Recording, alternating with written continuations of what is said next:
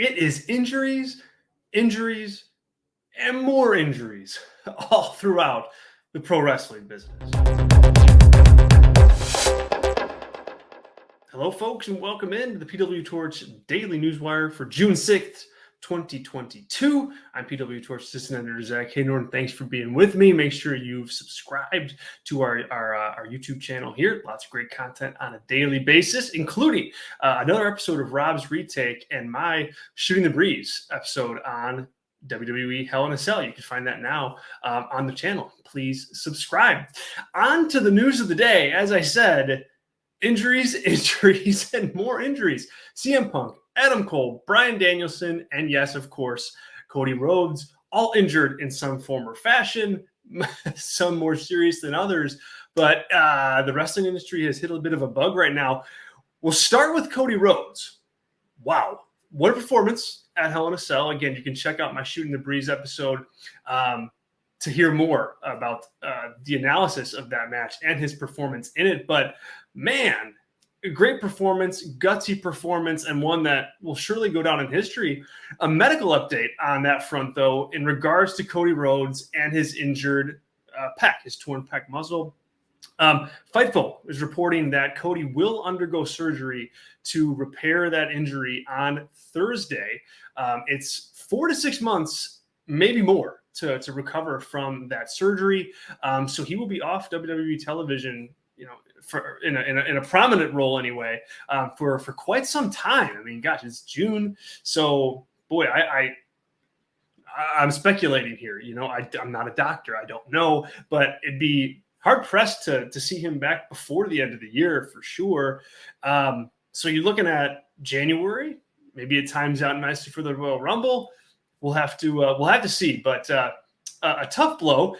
For reference, John Cena, the robot that he is, came back from the same injury in 3 months. Triple H, 5 months. So there's some perspective on that. Again, a really tough blow. Cody had some really good momentum.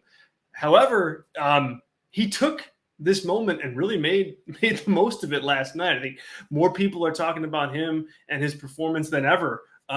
So, props to him for that, and hope he, recovers soon. In other news, more injuries. Bryan Danielson will be out of action 1 to 2 weeks. It's an undisclosed injury, but he was pulled from a meet and greet over the weekend because he could not fly.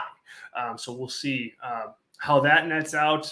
Reports indicate that AEW will have him back in time for the Forbidden Door show with New Japan Pro Wrestling on June 26th.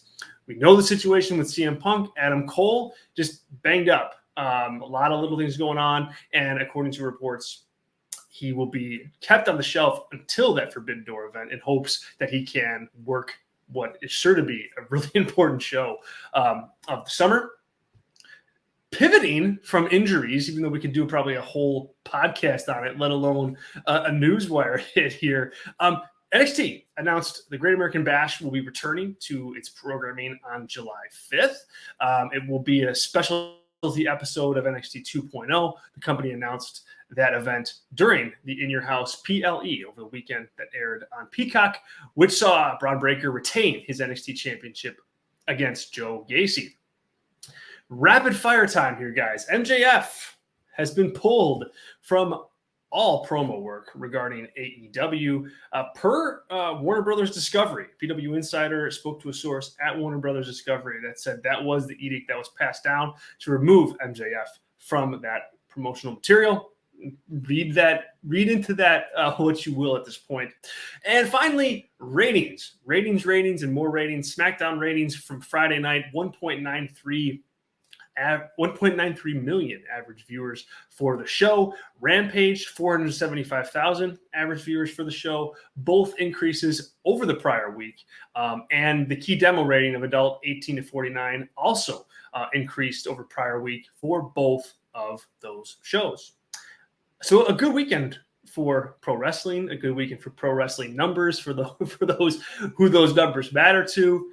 And there you have it. That's the news of the day. I'm PWTorch Assistant Editor Zack Heydorn. Like, subscribe, and we'll see you guys next time.